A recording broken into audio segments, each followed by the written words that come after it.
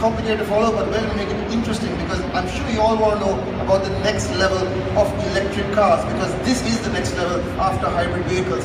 So today we're going to have a really interesting discussion. I've got two great guests, and my first guest is actually from France. He's Edouard, Business Development Manager at Large Industries at Air Liquide. And please invite him onto the stage.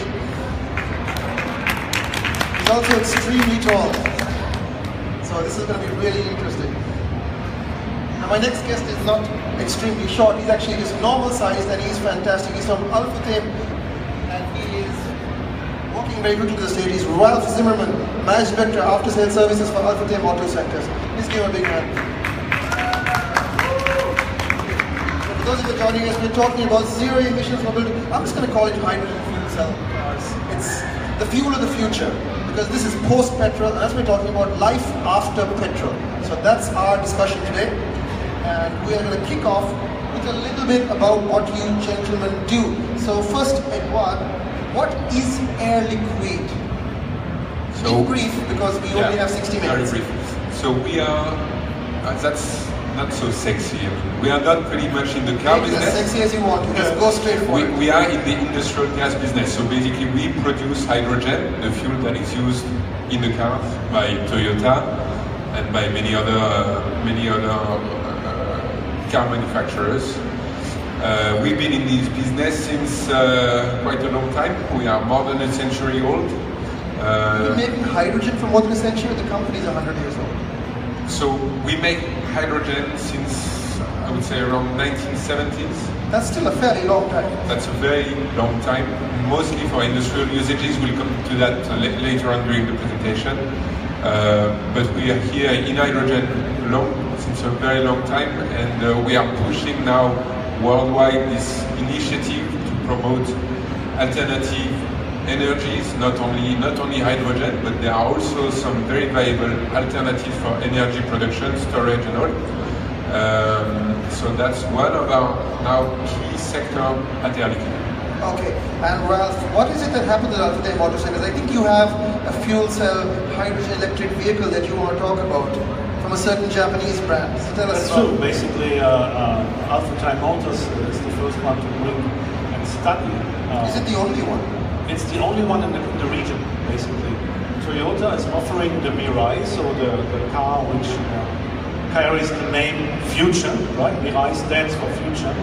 And this is a full electric vehicle which is using hydrogen as the energy source instead of a battery, right? So you could say it's an electric car. So there's no battery at all? I thought there was a battery in that car. There is a very small battery in it, but it's not the source for the energy. Basically, the car is producing the electricity on board.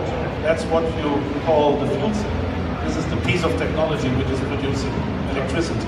Because that's what we're talking about here. It's really a different kind of fuel, because at the end of the day, an electric vehicle is simply a different kind of petrol tank. It just provides the petrol. So how many people in the audience have heard of hydrogen cars or think hydrogen cars exist? We have a show of hands. All right, so that's fair for the familiarity already. And half of the Toyota people, but okay, fine, let's go with that. So people do know that hydrogen is an alternative fuel. Which in fact is not correct, because this car has not a combustion engine. There is nothing burning. Okay, so I'll stop you right there, because we've got a very complicated topic, and I've given you a very simple mission. You've got like 60 seconds. Explain to us, everybody here at the Ignition Live Show, what are fuel cell electric vehicles? Yeah. What exactly are they? So first of all, these are electric vehicles, right? And you call them fuel cell vehicles because they don't use a big battery to store the electricity to run.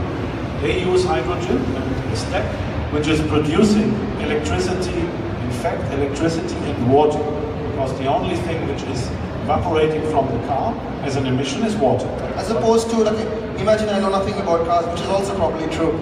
For a regular petrol car, what are the byproducts? Yeah, so I mean, the regular petrol car needs an engine, needs air, needs petrol, needs something which is burning and is combustible, does a combustion, burns something, produces pressure, and is running a powertrain, very mechanical, right? An electric vehicle does not need all this. It has an electric motor.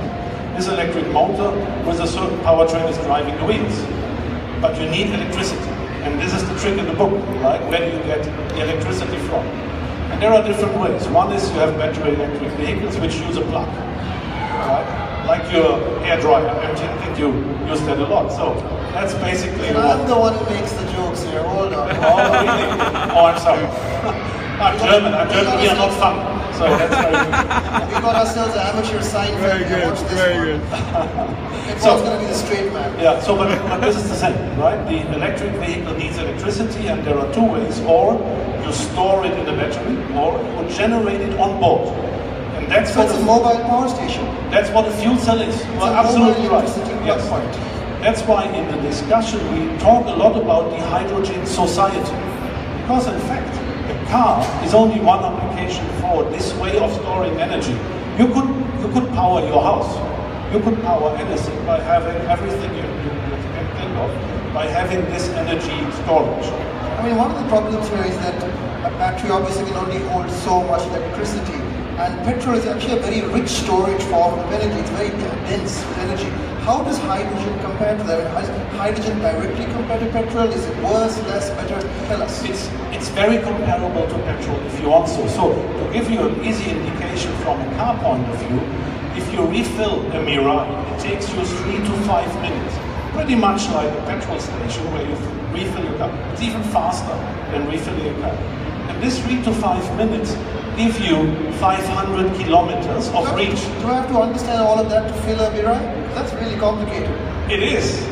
We even brought a video to make it easier for you. Usually pictures are quite great to explain stuff. Where to go, yes. Right? So, but the thing It is, sounds like a car to me. 3 to 5 minutes, I fill it with something. I mean, does it really matter? And then I just 500 kilometers. 500 kilometers of range. And that was the other part of your question. You said compare it to a battery. Look, what we sense in battery technology already since many years, and unfortunately still today, depending on the condition where you use it, your battery load is changing dramatically. Is that based on the heat and the temperature and the climate? For example, or based on the usage of electricity. Your air conditioner in this country, of course, will need a lot of electricity, which will reduce your mileage. Right? In your petrol engine, you are not used to it. Usually, if you know that you can go 400-500 kilometers, you can always go this 400-500 kilometers. If you go full speed, you might go 410 instead of 450. And that's exactly the same with hydrogen. You have a character which is pretty much the same than your driving behavior today. I mean, that sounds awesome to me. I think you've got hydrogen, which is the fuel of the future. You've got the car of the future ready. Edward, why isn't this happening? Hydrogen, you said, has been in production since the 70s. Give us a little background here. I mean, when did these hydrogen start becoming an option as a fuel cell? When does technology start happening? So, if I'm not mistaken, the fuel cell technology exists since 1990 also. So the vanilla ice.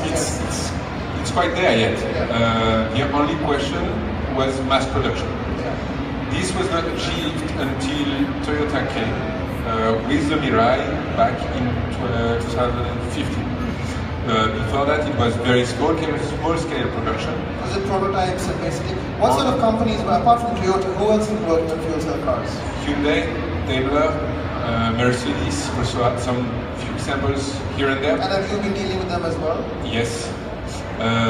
Now, the question about hydrogen vehicles development is chicken and egg. Chicken and egg. Yeah, that's the So which are we, the chicken or the egg? What's the other? So the car is the chicken, the hydrogen infrastructure is egg.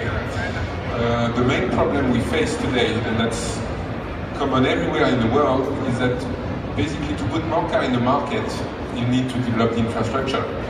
But at the same time, to develop the infrastructure, you need the commitment from the automotive manufacturers that there are going to be enough cars on the market to make it fly. You can't sell cars without hydrogen to buy. So Exactly. whereas electric cars make a lot of sense because anybody understands a plug. Everybody treats it like a cell phone, basically. And the grid is already there. Yeah. Whereas for hydrogen, all the infrastructure has to be brand new.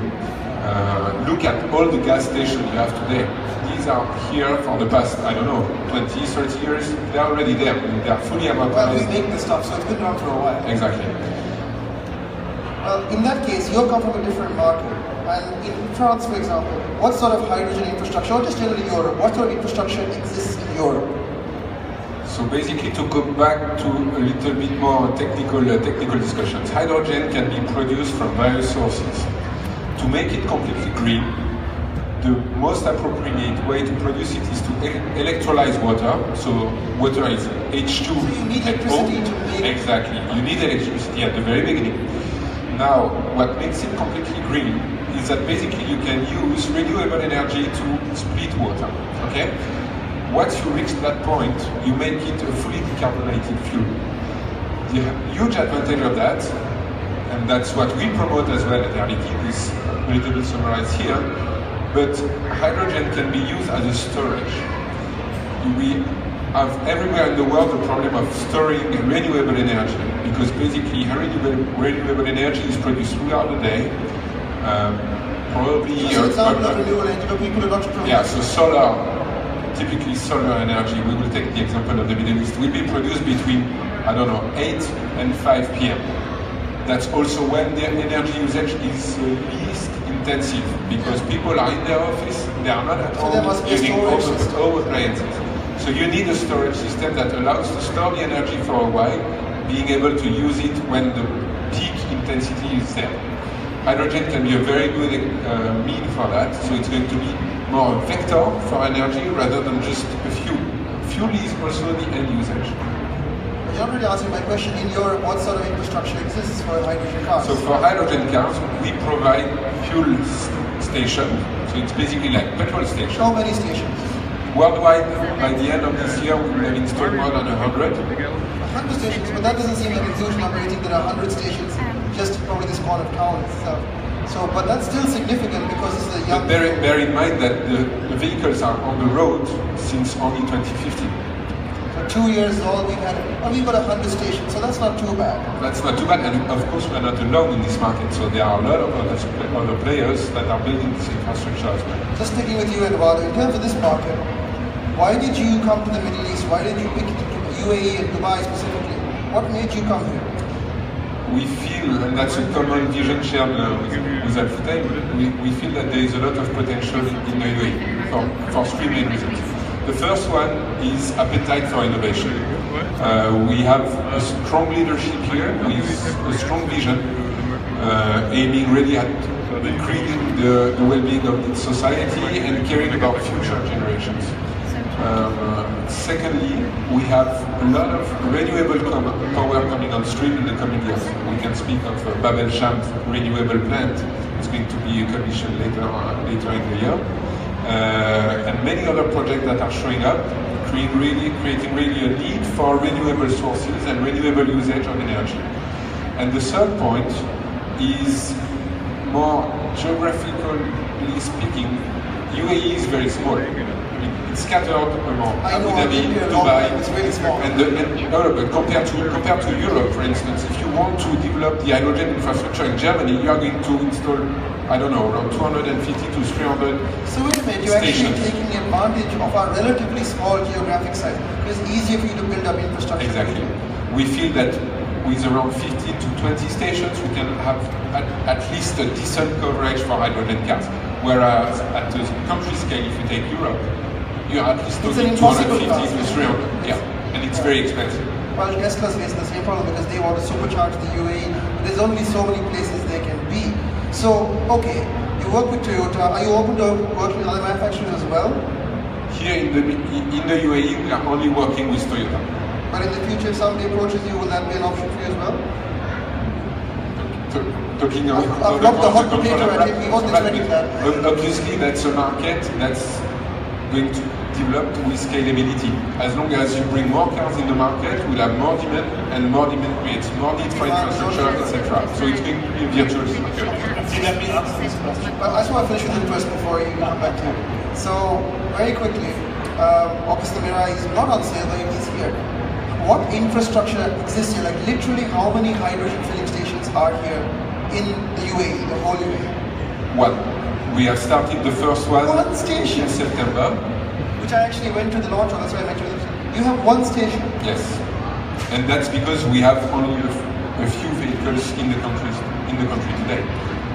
As the number of vehicles is going to increase, we are going to have more stations coming around. And we have announced the beginning of this year a partnership with ADNOC, Mazda and Al-Futtaim to develop this kind of infrastructure at a nation level with a pilot project maybe to be coming up in Abu Dhabi.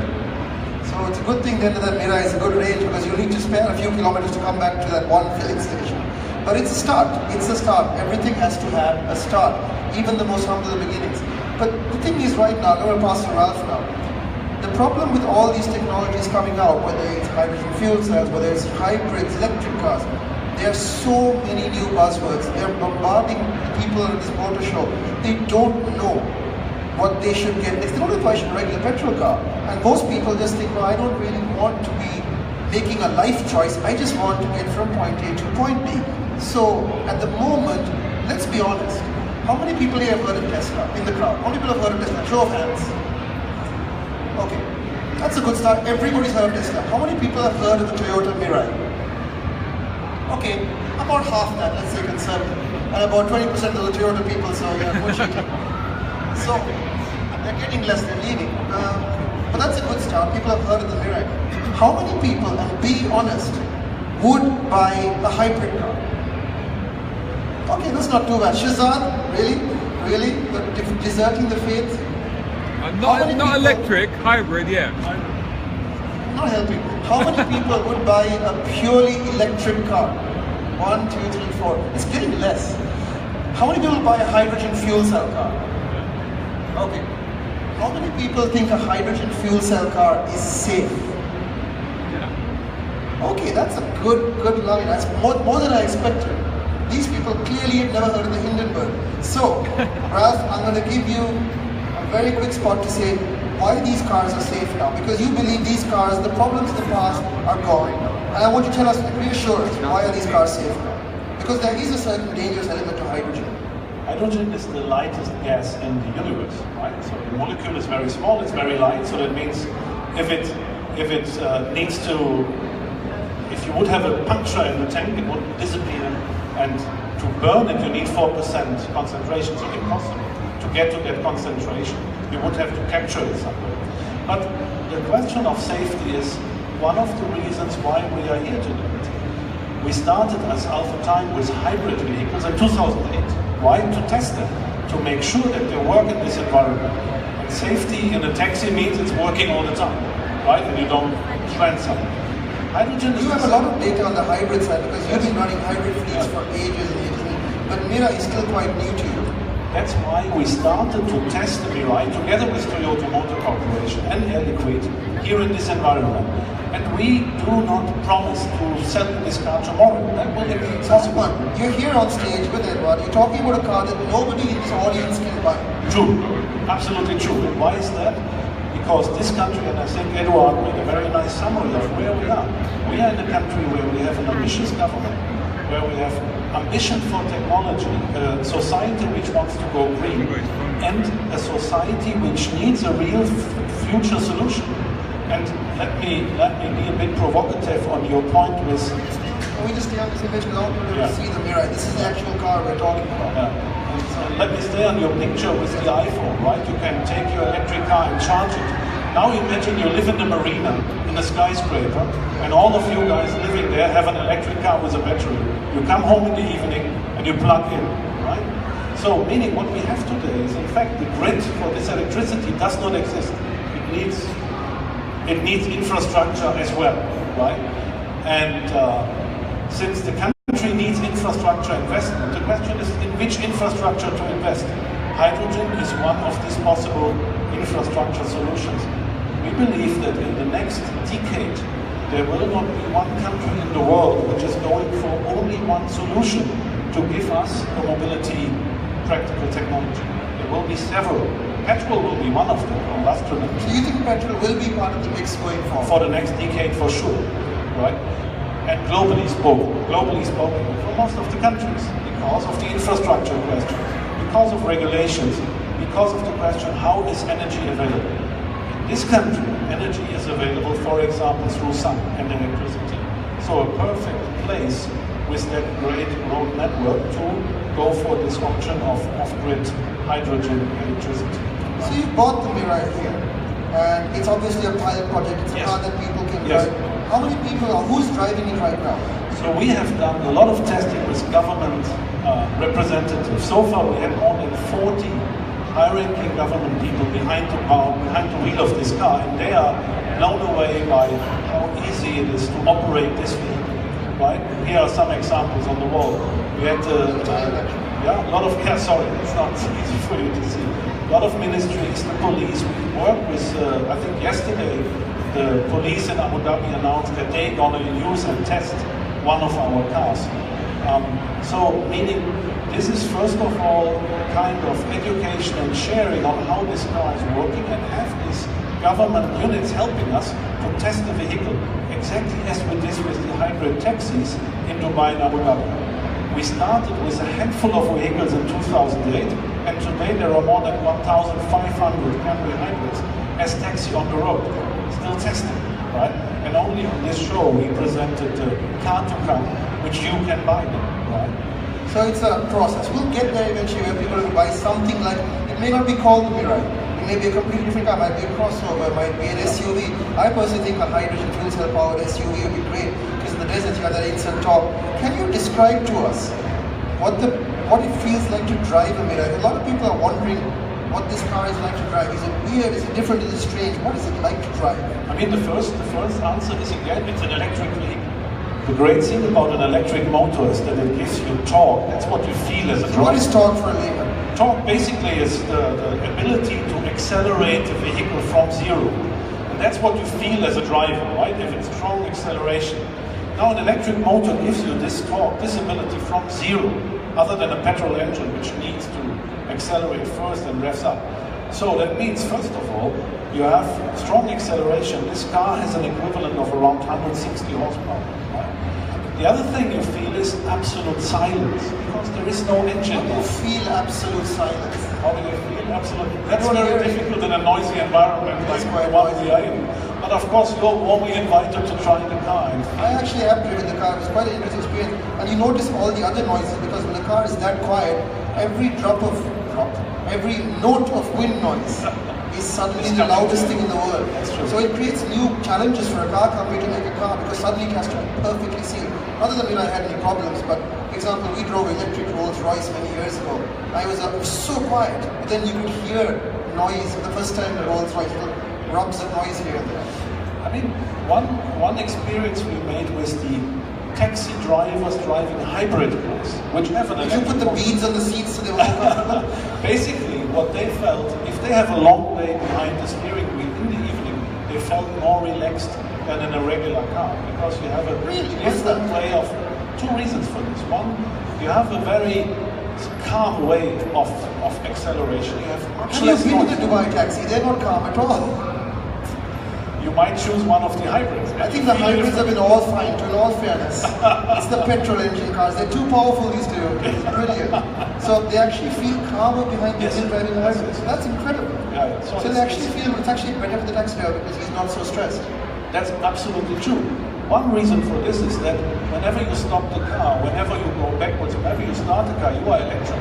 In a hybrid Camry, you are not. Does it still have no reverse gears, if I understand correctly, the hybrid vehicles? It's a CVT. It does not need them, basically, because it uses the electric motor in reverse. So, fun fact for people who may not realize, it's very nerdy. The Camry hybrids, etc., do not have a reverse gear. They just run the electric motor in reverse. So you reverse it, always electric power. And the same for the Mirai, same for the Prius, same for all these cars. Absolutely true. Yeah. Exactly the same. It's the same. The hybrid powertrain is always the same. The petrol engine is a bit different between Prius and Camry, but the logic of the powertrain is always the same. I was going to involve for a second. We're talking about establishing infrastructure out here. Obviously, there are a lot of challenges. Can you walk us through some of what those challenges were? As Ralph rightly mentioned, the main challenge is education, because it's a brand new fuel. I mean, hydrogen is known as a molecule, but it's not known for its usage. We know, as industrial experts, what we can do with hydrogen, but this needs to be explained to the authorities and the general public audience. So this is one of the, I would say, main roadblock to further push hydrogen in the common society.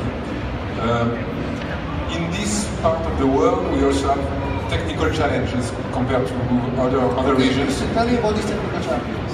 Heat, dust. Well, it's hot. It is hot. I think everybody, I don't need a show of hands to know it's really hot.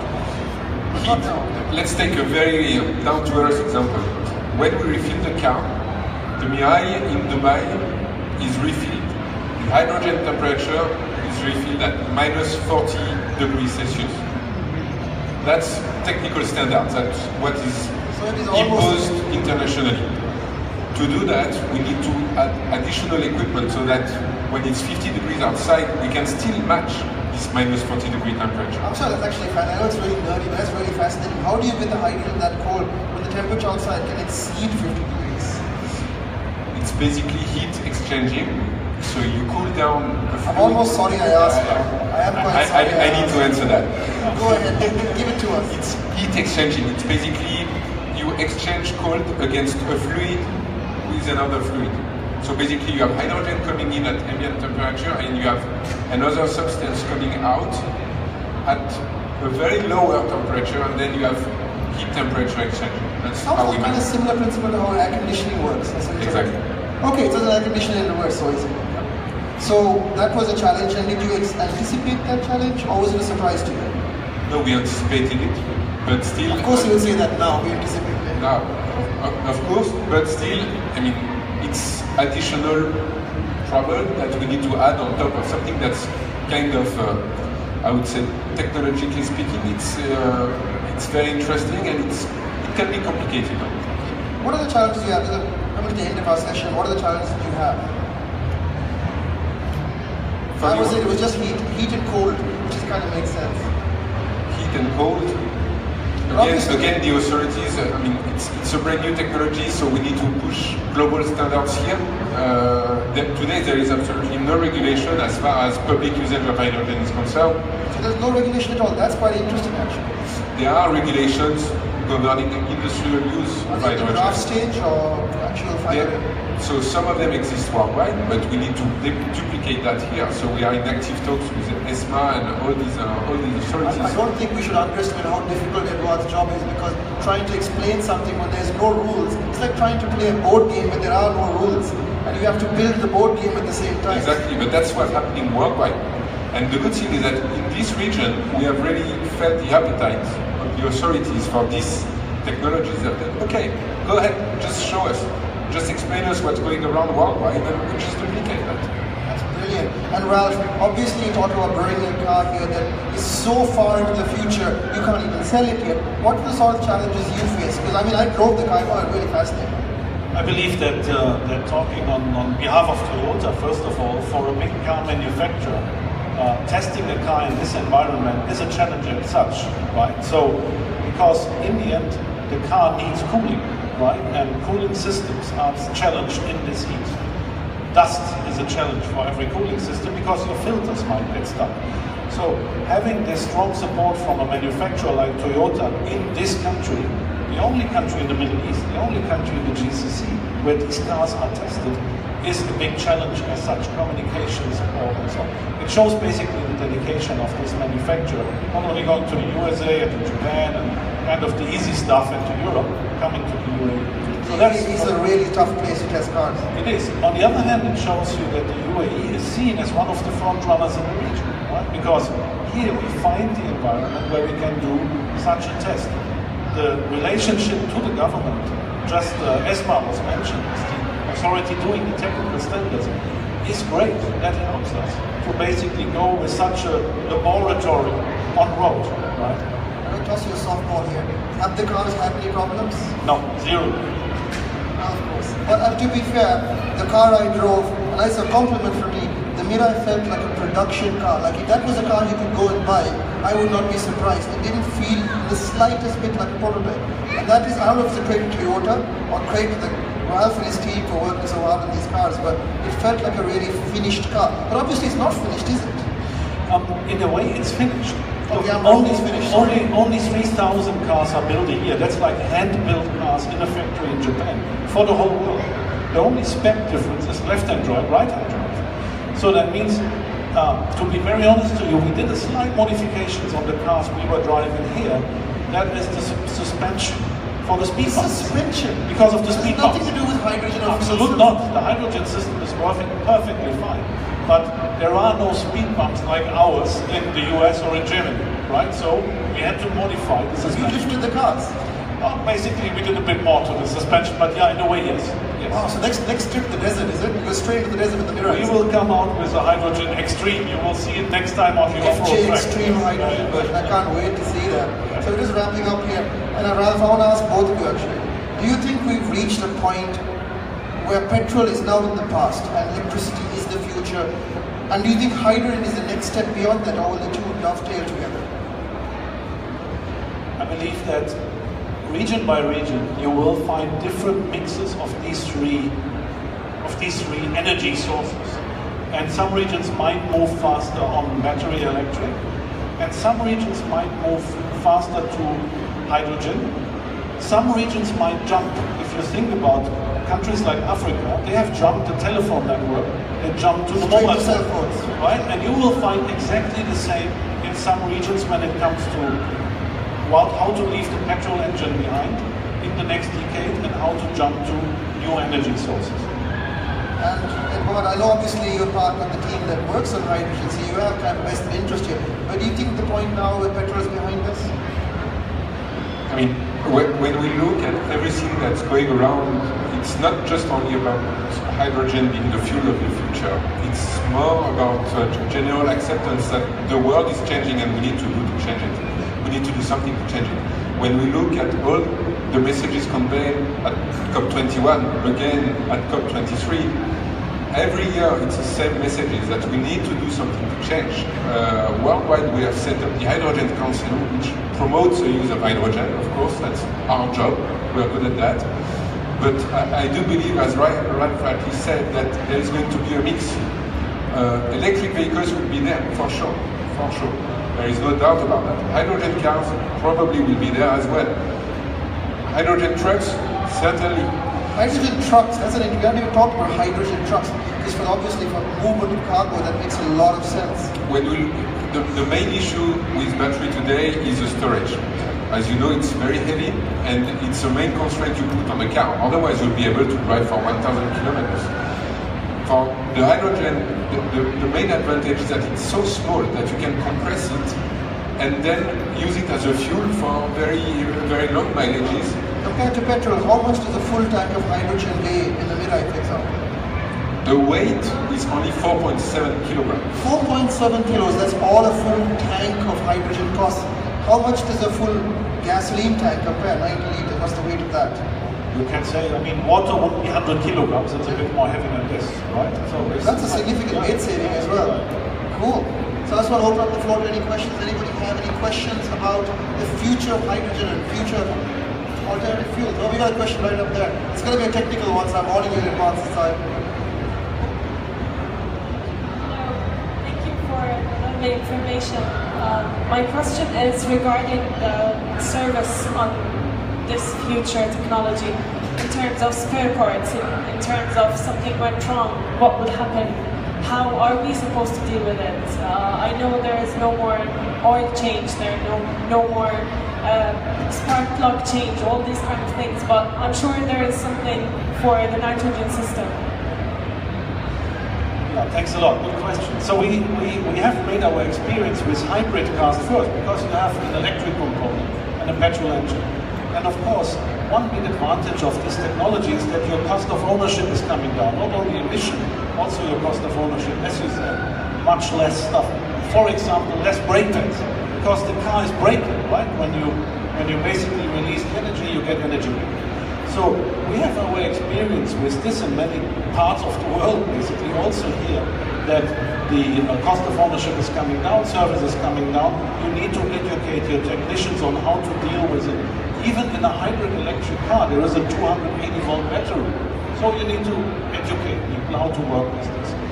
For a customer, basically it's an advantage because cost of ownership is coming down. Now looking to this Mirai hydrogen vehicle, of course at the moment, since we own all these vehicles, we at Alpha Time Motors have our engineers, highly educated people dealing with it, since there is no real customer for the time being. Once this car will be launched in the market, and that's part of our pilot and of our study, we will of course have a complete service network for this vehicle.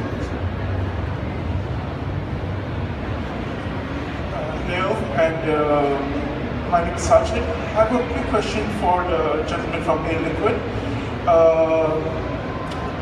There is common consensus amongst the automotive enthusiast community that Toyota as a tier 1 car manufacturer has the deepest pockets in R&D. Now, I'm going to refer to the Honda Clarity, I believe it was called, which was a hydrogen fuel cell which didn't do all that well. I'm wondering, does the thing with Toyota coming on board with this project of yours solve a lot of problems, because there is a lot of resources that you have access to now, and what are there any lessons you have learned or something along those sorts from the Honda experiment, which failed about 5-6 years ago around? So just to come back on Honda maybe, Honda has launched another version of their Clarity last year, I guess. They are also part of Alfitame group, so let's see if we get the honor to see these hydrogen vehicles on the road anytime soon. Now, talking with about the relationship with Toyota, yes, you are absolutely right. They have invested a lot in fuel cell technology. The fact that they are here today with a commercialized vehicle means that they are very much confident in the technology itself and where it can end up down the line. One of the key goals, not being a Toyota employee, but I know that one of the key goals of Toyota is by 2050 to produce only CO2-free emissions. So that's the end goal, and we are talking pretty much in 40 years' time. Now, yes, Toyota has a lot of R&D expertise. We are not that big, unfortunately, at Air Liquide, and more in the production part of it. But definitely there is a worldwide initiative that has been promoted the beginning of this year called the Hydrogen Council. It's chaired by the chairman of Toyota, and co-chaired by Air Liquide. So it shows a little bit the links that are existing today between our two groups. Everywhere in the world we are partnering with Toyota to develop this business. Not only here in the UAE, we have set up a few fuel stations on the east coast of the US earlier this year, and we expect this partnership to continue because today the Mirai is probably the most sold hydrogen vehicle in the world, and of course it's a key user for us. Do we have any more questions from the audience? Oh, we got one more. Oh, we got two more questions actually. Thank you very much. And with reference to the challenges, I was looking into the discussion.